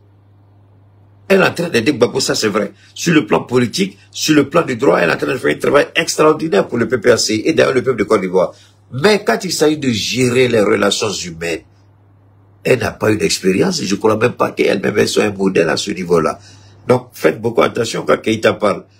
Ici, Keïta ne parle pas de professionnalisme entre Abiba et Sow. Ici, je parle de relations humaines. Et c'est ça qui est notre défaut très souvent. On a les diplômes, mais le caractère humain, on ne l'associe pas au diplôme. Tant que tu n'associes pas le caractère humain au diplôme, tu n'intègres pas le diplôme dans les relations humaines, ton diplôme là, tu deviens comme un robot, mon ami. Tu as appris, tu répètes de façon mécanique, ça s'arrête là. Mais ici, Gbagbo Laurent, qui le veuille, qui ne le veuille pas, il sera obligé de travailler avec Simone Gbagbo. Il n'a pas le choix s'il veut gouverner un jour la Côte d'Ivoire. Composer avec Simone Gbagbo ne suffit pas à revenir avec Simone Gbagbo. D'ailleurs, ils ne sont plus les enfants. Revenir pour quoi faire encore? Chacun déjà a pris plaisir à sa liberté, donc je ne crois pas que, même si elle, certainement, elle ne se voit pas en train d'aller se remarier, ça c'est certain. Gbagbo ne s'est pas remarié, attention. Il a gardé sa deuxième femme, ce qui est totalement différent. Il était avec elle pendant qu'il était marié à Simone. Seulement le mariage n'était pas avec un agent de l'état civil, c'est tout. Sinon ils étaient mariés. Puisque j'ai un garçon qui s'appelle Ismaël. Et d'ailleurs, elle est tellement intelligente, elle a gardé son fils hors des radars. Ismaël, personne ne peut montrer la photo d'Ismaël. Voilà le fils de Gbagbo qui est là, mais c'est pas un petit garçon. C'est un gros gaillard aujourd'hui. Le fils de Nadi. Alors, donc ce que je voudrais dire ici, nous savons ce que Doumbia a fait. Quand je dis nous, je parle de l'AES. Nous sommes au courant, nous le surveillons, nous surveillons nos frontières, ce n'est pas tout. Nous sommes au courant de ce que la France prépare dans le bassin du lac Tchad. Nous surveillons en complicité avec le Tchad. Nous surveillons de près cette frontière-là. Et nous sommes prêts à riposter à toute forme d'éventualité. Parce que quand vous goûtez à la paix, je vais vous raconter cette partie rapidement. Vous savez, pour comprendre le phénomène de la liberté, de l'indépendance, de la souveraineté, du libre choix, véritablement la liberté. Pour comprendre ce phénomène-là, les philosophes ont fait une démonstration. La caverne, le mythe de la caverne.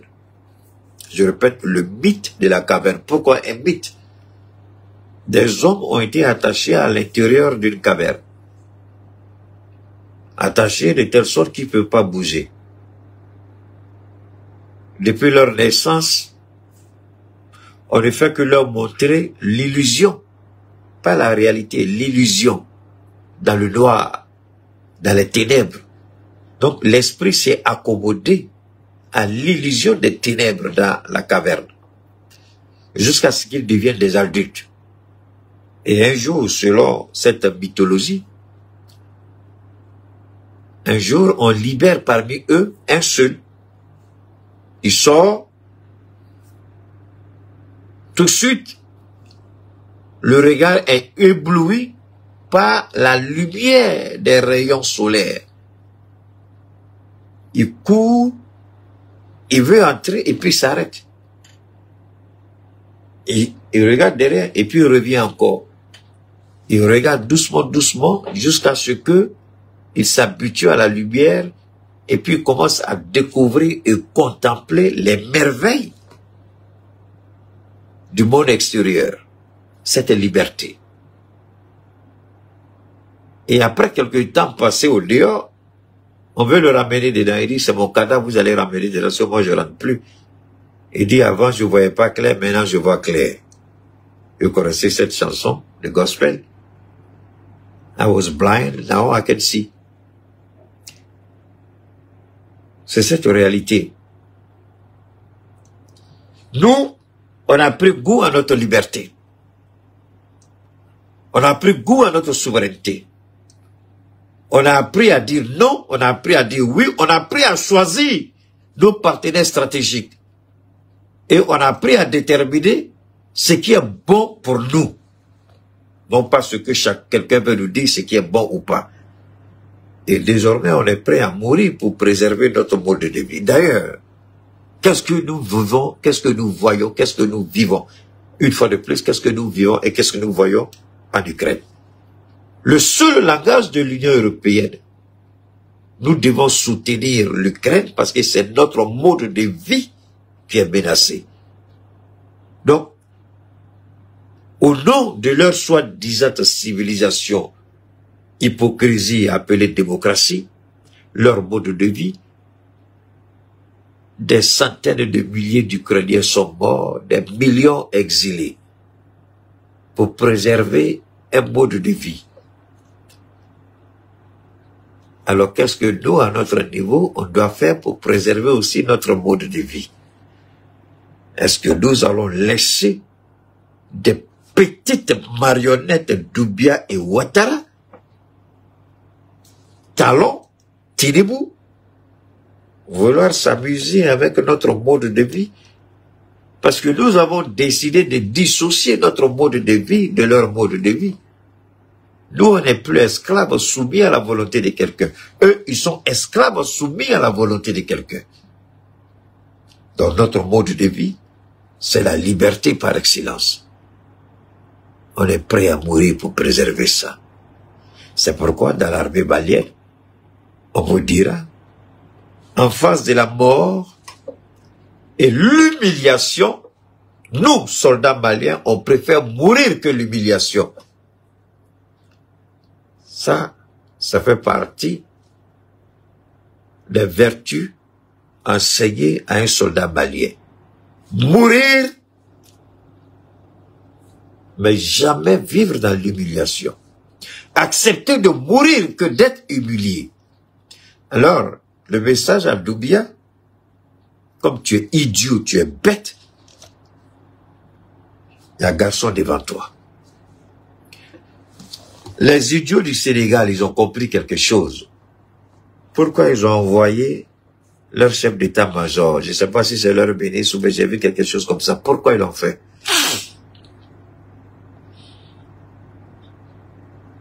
Parce que, en fait, c'est eux qui avaient fermé la porte, le Sénégal. Mais comme ils se croient tellement intelligents, ils ne savent pas qu'ils ont affaire à des génies aussi qui les attendent au tournant. C'est eux qui ont refusé notre passeport et notre carte biométrique NINA. Vous vous rappelez? Maintenant, ils reviennent. Ils veulent qu'on définisse une plateforme de coopération sécuritaire. L'AES, on ne va pas s'embrouiller avec tout le monde. C'est vrai que ça fait plaisir de voir que beaucoup de pays viennent à nous pour signer des protocoles d'accord, pour voir comment on peut combattre ensemble le terrorisme, mais cela nous laisse sereins et imperturbables. Sereins et imperturbables. Nous ne sommes pas influencés. Parce que vous pouvez faire la grosse tête. Mais au moins, on reconnaît aujourd'hui notre place, notre capacité, notre puissance, notre détermination, notre engagement. Ça, au moins, Contrairement à ce qu'on peut dire, le monde le reconnaît au monde. Le monde le reconnaît aujourd'hui. Au moins, si on peut dire ça. On peut ne pas être d'accord avec nous. Mais on reconnaît au moins notre force de frappe. La Libye, le Soudan, le Togo, le Tchad, le Sénégal. Pour le moment, Ouattara, on l'observe, on le regarde. Pourquoi les Sénégalais, ils veulent commencer cette relation? Pourquoi avec nous, maintenant, c'est subitement, c'est coopération militaire? Alors que le Ghana décide de nommer un envoyé spécial pour le Sahel, eux, ils décident de... Bon, on respecte ça. On verra ce que cela va donner. Mais je voudrais dire aux uns et aux autres. C'est vrai, souvent, beaucoup de gens auraient souhaité que je parle en bambara pour qu'ils comprennent un peu, parce que ils trouvent que ce que je dis est profond et sensé. On va essayer de réfléchir et puis essayer de revenir encore en bambara. Je ne sais pas. Bon, on va essayer de... Puisque je m'étais habitué. Et aujourd'hui, grâce à Dieu, bon, ça va, il n'y a aucun problème, on peut le faire. Au début, c'était compliqué. Mais je peux dire une chose. Nous sommes sereins et imperturbables. Nous, le Sénégal a dit, la France n'a qu'à partir. Nous, on n'a pas de problème avec ça. Mais on respecte plus le Tchad qui a dit non. On dénonce tous les accords de défense avec la France et puis on se vous partez. Et c'est ce qu'Ibrahim a dit. Ibrahim a dit, tant que vous ne dénoncez pas les accords avec la France, vous vous blaguez à vous-même. Donc, à qui, quand nous regardons le Sénégal, oui, je sais, là, les Sénégalais croient qu'ils sont intelligents. C'est pourquoi, ma soeur, en Côte d'Ivoire, on appelle les Sénégalais Gorgui. C'est-à-dire les doubleurs. Ça, c'est le nom des Sénégalais. Les Guinéens, on les appelle vibrequins. Ceux qui ont les voitures, là, vous connaissez les vibrequins. Le vibrequin est comme ça. Donc, on appelle les Guinéens vibrequins en Côte d'Ivoire. On appelle les Sénégalais les Gorgui. Les menteurs. Les manipulateurs. Sénégalais vend Marguya au blanc. Et puis, il dit c'est Caïman d'Afrique. Merci à toi, Bakan. Moi, je dis, nous, on n'a rien contre le Sénégal, ça faut être honnête, mais que les gens, aujourd'hui, c'est eux qui ils ont été les premiers à nous lancer les pics pour un combat qu'on a mené, et on aurait souhaité, les Sénégalais qui sont morts pendant le combat d'Ousmane Sonko, les juges qui se sont rendus complices de crimes, ces juges-là aujourd'hui sont à Dakar. Et moi, je dis, l'Africain n'a pas encore compris. Donald Trump, la femme qu'il a nommée procureur général, qui a été confirmée par le Sénat, il lui a demandé d'enquêter. Et c'est pourquoi les gens ne voulaient pas de la patronne du renseignement. Elle est jeune. C'est la première fois dans l'histoire de ce pays qu'une femme, aussi jeune qu'elle, soit nommée à ce poste influent. Parce que ce poste, à part le président, même le vice-président, vous avez ce qu'on appelle un niveau de sécurité qui est même élevé que celui du vice-président. Elle a un niveau, elle n'a pas d'accès. Elle a un niveau de sécurité au même titre que le président de la République. Son niveau de sécurité est plus élevé que le directeur du FBI et de la CIA et de la NSA. Parce que elle est au-dessus des 3 agences. FBI, CIA, NSA. C'est ce que les gens, ce que les démocrates et les hypocrites ne voulaient pas. Nous, on n'a rien contre le Sénégal, je le jure. Mais on souhaite tout simplement que les Sénégalais comprennent que il est important pour nous. Regardez, je reviens rapidement avant de continuer. Trump a demandé à la nouvelle comme on appelle DOJ, c'est-à-dire le département de la justice, il lui a demandé de faire une enquête sur tous les juges soupçonnés de corruption. Merci à toi, ma sœur Anna. Tous les juges et les procureurs, surtout la procureure de New York. Pourquoi je parle toujours de ces gens-là? Je vous en prie. Ce n'est pas parce que je les aime mieux que nous, non. C'est l'exemple qu'il est en train de montrer. Et la dernière fois, je vous ai dit, tant que nos présidents ne commenceront pas par demander des comptes aux juges et aux procureurs, jamais la justice ne sera rendue dans nos pays. On n'a qu'à arrêter de se blaguer. Parce que quand vous venez trouver un juge corrompu, menteur, voleur, comment on appelle ça, un procureur corrompu, menteur, voleur, et puis vous les laissez. L'ancien régime, ils ont fait l'affaire du pouvoir en commettant l'injustice, en violant la justice. Vous venez, et puis, ils font c'est comme ils n'ont rien fait. Mais il faut que les juges et les procureurs commencent à répondre de leurs actes, au même titre que n'importe quel autre citoyen. Et c'est ce que Trump a dit, voilà pourquoi j'apprécie le monsieur. Et aujourd'hui, là, ils ont lancé une enquête sur pratiquement tous les procureurs et les juges corrompus des États. On dit, est-ce que Trump peut destituer un juge? On dit oui. Pour le faire, d'abord, il faut faire enquête sur lui. Et si l'enquête est avérée, il sera mis en examen, c'est tout. Mais chez nous ici, qui pourrait comprendre que les Maliens qui ont donné leur vie pour l'avènement du pouvoir, aujourd'hui, les juges qui sont à l'origine de ça, les mêmes juges sont là. À part la Cour suprême que Assimi Goïta a suspendu et puis il a nommé de nouveau. Mais, avant qu'on arrive à cette époque-là, combien de faux jugements ont été rendus dans ce pays? Combien de Maliens à qui on a arrêté, on a arraché des terres?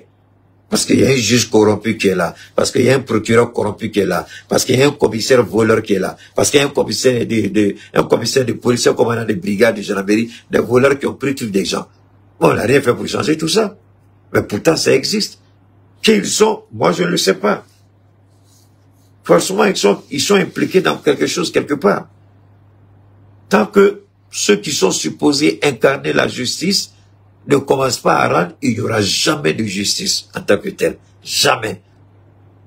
On peut se blaguer ou se contenter. Mais la justice, on ne la connaîtra pas. Parce qu'ils ont posé la question, est-ce que Trump peut destituer quelqu'un? Il dit non, il ne peut pas. Mais il peut faire en sorte que tu rentres dans le circuit de la destitution. Et si les enquêtes prouvent que tu es responsable de quelque chose, on t'enlève, c'est fini. Lui ne va pas venir prendre décision pour t'enlever. Et c'est ça que j'ai reproché à Ousmane Sonko et son frère. Combien de Sénégalais sont morts dans leur combat? Combien de Sénégalais ont été injustement incarcérés eux-mêmes? Mais ce juge-là, il est là aujourd'hui. Ce procureur-là, je ne sais pas, même s'il n'est plus procureur, mais il est là. On ne lui a pas demandé des comptes. Un procureur qui a monté de toutes pièces des mensonges grotesques, scandaleux, c'est Ousmane Sonko. Le monsieur, il est là aujourd'hui. Mais si on n'apprend pas à demander compte à ceux qui rendent la justice, on va où? On n'ira nulle part.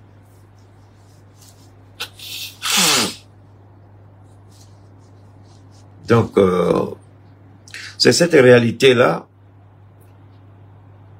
que nous devons, en tout cas moi, ce qui me concerne, ça me dit qui, je ne sais pas. Mais tout le monde sait, tout le monde a vu.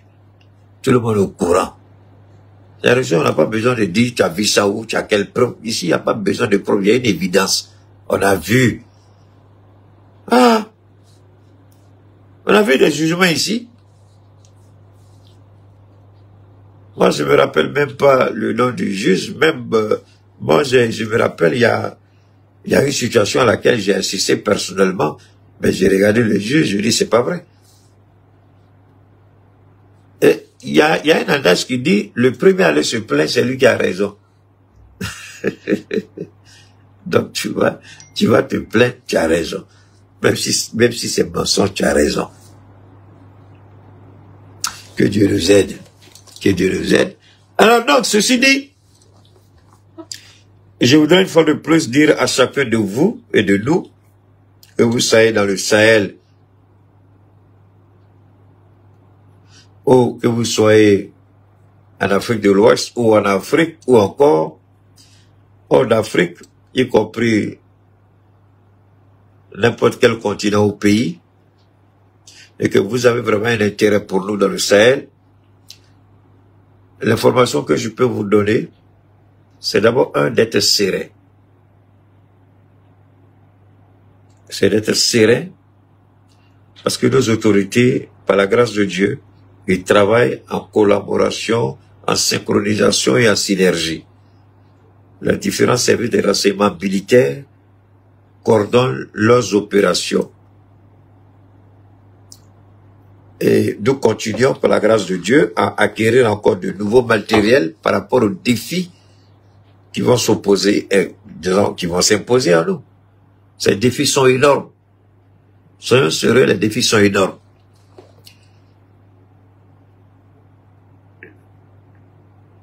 Je voudrais rassurer les uns et les autres.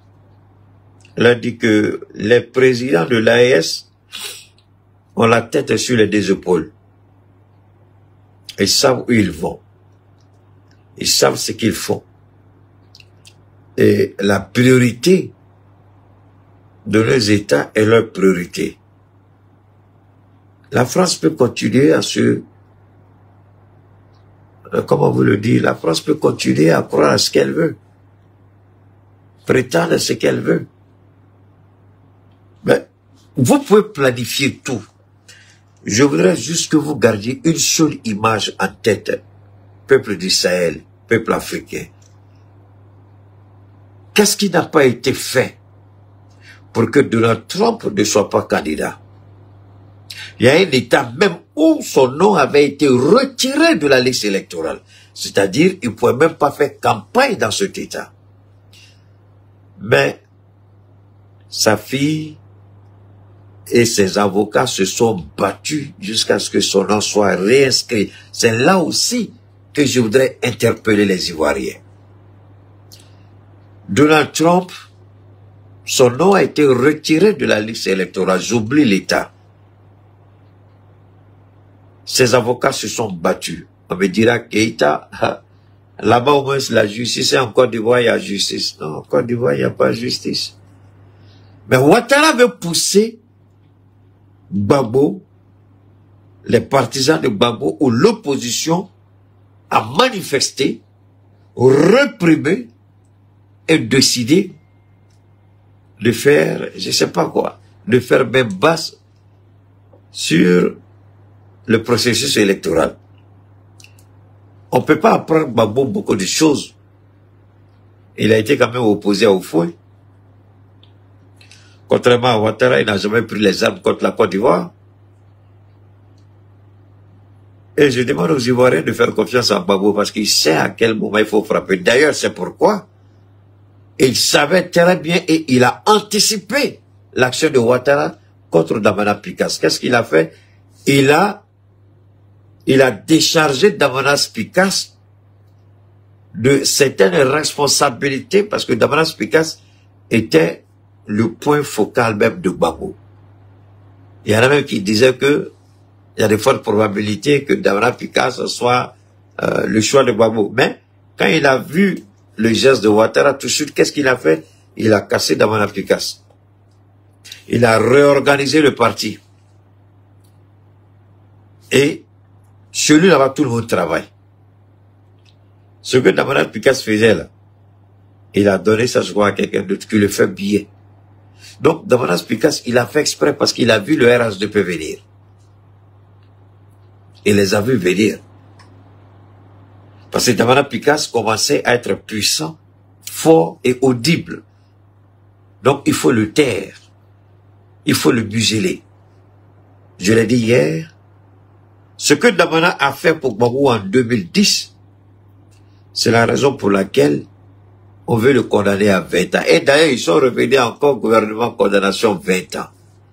Ils n'ont aucune crédibilité, aucune honte, aucune dignité. Alors, moi, si demain c'est Gbagbo qui est président, c'est Simone qui est présidente, ou c'est Tidjane Thiam qui est président, ils vont laisser ces idiots de juges et de procureurs corrompus, vendus ceux qui ont fait détruire la Côte d'Ivoire. Ils vont les laisser. Alors qu'il faut que les juges dans nos pays africains, il faut que les juges commencent à rendre compte. Tant qu'on ne comprendra pas qu'on peut rendre compte et qu'on ne peut pas impunément commettre des actes répréhensibles, vous êtes prêts à envoyer les gens en prison. Mais allez-y goûter là-bas vous-même. Moi, je suis d'accord avec tous les juges qui font leur travail correctement. Mais tu n'as pas été correct, tu n'as pas été juste, tu n'as pas été honnête, tu as été corrompu, tu as été vendu, tu as trompé, tu as menti, tu as jeté des gens en prison, alors que toi-même, tu es coupable de quelque chose. Et puis tu ne veux pas qu'on te demande. Moi, je pense que les juges pensent qu'ils sont au-dessus même du président. Ils pensent qu'on ne peut pas les enlever. Donc, Assimi Goïta, tous les présidents africains, enfin, pardonnez, tous les présidents du monde, parce que c'est pas seulement chez nous ici, c'est partout. Tant qu'on va pas commencer à mettre les juges en prison et les procureurs en prison, il y en a qui vont pas comprendre. Tant qu'ils vont pas commencer à se dire, si je fais mal, je peux t'interpeller, c'est-à-dire que il faut que dans nos constitutions, et je voudrais lancer un appel puisque le Burkina est en train de modifier sa constitution, et le Niger, je voudrais leur proposer de réfléchir à cela.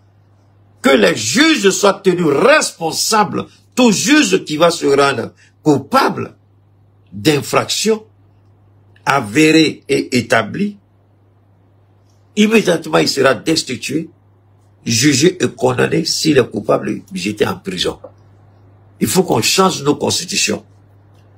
La loi n'est pas faite seulement pour les citoyens récalcitrants. Le juge ne peut pas être au-dessus. Le procureur ne peut pas être au-dessus. L'avocat ne peut pas être au-dessus. Donc, tous ceux qui pratiquent le droit, la justice, il faut qu'on change nos constitutions et qu'on introduise ça dedans. Et moi, je suis sûr que si vous demandez à nos populations, est-ce que les juges et les procureurs doivent aller en prison? Wallahi billah, je jure au nom de Dieu. 99,99% de la population va dire oui. Il faut qu'ils soient coupables de leurs actions. Il faut que dans nos constitutions, on revoie notre constitution par rapport aux juges et aux procureurs corrompus. Il faut qu'on change nos constitutions. Que le procureur soit... Vous voyez, au Gabon, il y a les idiots qui ont commencé à manifester. Ils sont allés, ils disent qu'ils vont protester contre le président idiot du Gabon, là. Il n'est pas aussi idiot que ça, hein, parce que souvent il fait des bonnes choses, le président gabonais. Moi-même, je l'ai regardé, j'ai dit, mais, général, il faut les jeter tous en prison. Vous êtes des citoyens, c'est l'argent d'argent pour vous donner, et puis vous, ça dépasse mon imagination. On prend mon argent, on te paye avec, et tu crois que tu es au-dessus de moi. On prend mon argent, on te donne, c'est toi, et je t'ai fait quoi? Je t'ai fait quoi? Tu me regardes, souvent même les juges te regardent avec haine, dégoût et mépris. Alors que tu es un être humain. Les circonstances qui ont fait que tu es devant lui, là, tu n'as jamais souhaité peut-être rencontrer ces circonstances-là. Mais souvent, ils te regardent même pas comme un être humain. Et moi, je voudrais que nos constitutions changent dans l'AES. Que les gens revoient. Le jour où ils vont parler d'assises de la justice ici, refondation. Si je suis au courant, wallah, billah, j'ai dit, et mettez dans la constitution, les juges et les procureurs doivent être tenus responsables de tout acte contraire à leur serment qu'ils vont poser. Il faudrait qu'ils soient tenus responsables. Parce qu'il faut qu'ils commencent à rendre compte. C'est important et c'est fondamental. Il faut qu'ils rendent compte. Alors d'ici là, portez-vous bien.